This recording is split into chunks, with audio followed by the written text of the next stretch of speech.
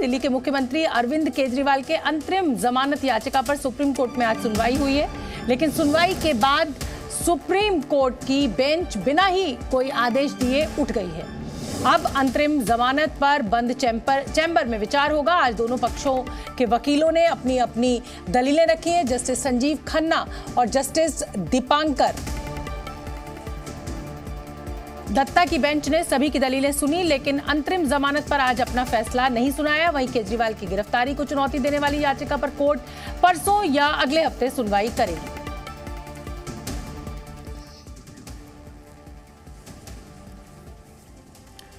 तो ईडी ने जमानत का हालांकि विरोध किया है। अंतरिम जमानत पर अब बहस पूरी हो चुकी है। अब जो जजेस थे वो बिना कोई फैसला सुनाए उठ गए हैं और अब बंद चैम्बर के अंदर इस फैसले के ऊपर चर्चा की जा रही है। राउज एवेन्यू कोर्ट में आज पूरे मामले की सुनवाई हुई है। ईडी ने कहा कि राजनीतिक हैसियत होने की वजह से अलग ट्रीटमेंट नहीं दिया जा सकता। सुप्रीम कोर्ट ने कहा गिरफ्तारी गलत नहीं, तब भी अंतरिम जमानत दी जा सकती है।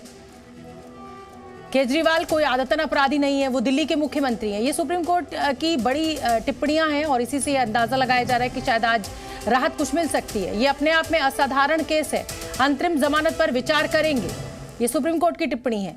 आम लोगों को गलत संदेश जाएगा, ये ईडी ने अपना पक्ष रखा। उस पर सुप्रीम कोर्ट ने कहा कि केजरीवाल ने 9 सम्मन की अवहेलना की है, इसको ये बात सही है, आपके ऐतराज को हम समझ रहे हैं। ईडी ने कहा कि आरोपी को प्रचार के लिए जमानत मिल रही है। तो कुल मिलाकर अब ये सुनवाई पूरी हो चुकी है और बंद चैम्बर में अब फैसले के ऊपर चर्चा चल रही है। मैं अरविंद का रुख करना चाहूंगी। अरविंद, आज आपने पूरी जिरह सुनी है, हमने दर्शकों तक भी पहुंचाया है हर डिटेल। क्या लग रहा है, अगर आपके अनुभव से मैं इस फैसले का आकलन एडवांस में करना चाहूँ, हालांकि जब तक फैसला नहीं आ जाता, लेकिन फिर भी आज आपको क्या लग रहा है, क्या संभावना है?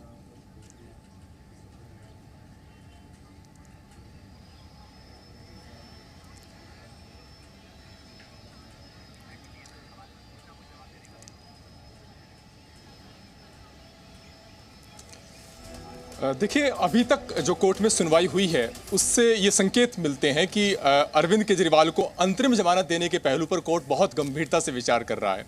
कोर्ट का फैसला क्या रहेगा इस पर मैं कोई कयास नहीं लगा रहा हूं, लेकिन इतना तो तय है कि बहुत गंभीरता से विचार हो रहा है। और अंतरिम जमानत देने के विरोध में जो दलीलें रखी गई थी एसजी तुषार मेहता की तरफ से, एएसजी एसवी राजू की तरफ से, उन दलीलों को कोर्ट ने खारिज कर दिया और कोर्ट ने अंतरिम जमानत के पहलू पर दलीलें सुनी हैं। चूंकि बेंच ने उठते वक्त यह साफ नहीं किया है कि अंतरिम आदेश कब आएगा, लिहाजा यह आदेश कब आएगा इस बारे में साफ तौर पर नहीं कहा जा सकता। लेकिन जजों ने यह कहा है कि वो बंद चैम्बर में इस पहलू पर चर्चा करके वकीलों को इस बारे में अवगत कराएंगे। ऐसे में 2 संभावनाएं बनती हैं। पहली संभावना यह कि कोर्ट सीधा वेबसाइट पर आदेश अपलोड कर दे। इस बात की संभावना मेरे हिसाब से बहुत ही कम है। दूसरी संभावना यह बनती है कि कोर्ट कोई तारीख तय कर दे जिस दिन अंतरिम जमानत पर कोर्ट अपना आदेश सुनाएगा। चूंकि अरविंद केजरीवाल की जो मूल याचिका है जिसमें उन्होंने गिरफ्तारी को चुनौती दी है, उस पर परसों या अगले हफ्ते ये मामला सुनवाई पर लगने की उम्मीद है। लिहाजा ज्यादा संभावना इस बात की है कि जब परसों या उस दिन जिस दिन मूल याचिका अरविंद केजरीवाल की सुनवाई पर आएगी, उस दिन कोर्ट इस पहलू पर साफ कर देगा कि क्या अंतरिम जमानत दी जा सकती है या नहीं। बहुत बहुत धन्यवाद अरविंद। और केजरीवाल की अंतरिम जमानत पर बहस पूरी हो गई है, लेकिन अभी कोर्ट ने कोई आदेश नहीं सुनाया है। आज सुनवाई के दौरान ईडी ने दलील देते हुए केजरीवाल की जमानत का विरोध किया। ईडी का कहना है कि केजरीवाल को स्पेशल ट्रीटमेंट नहीं मिलना चाहिए, इससे लोगों में गलत संदेश जाएगा।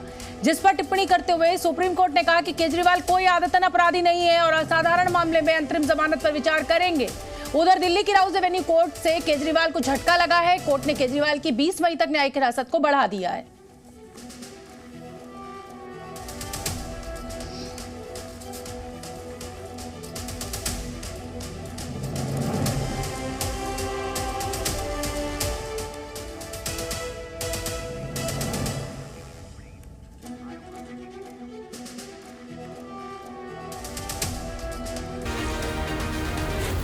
Zee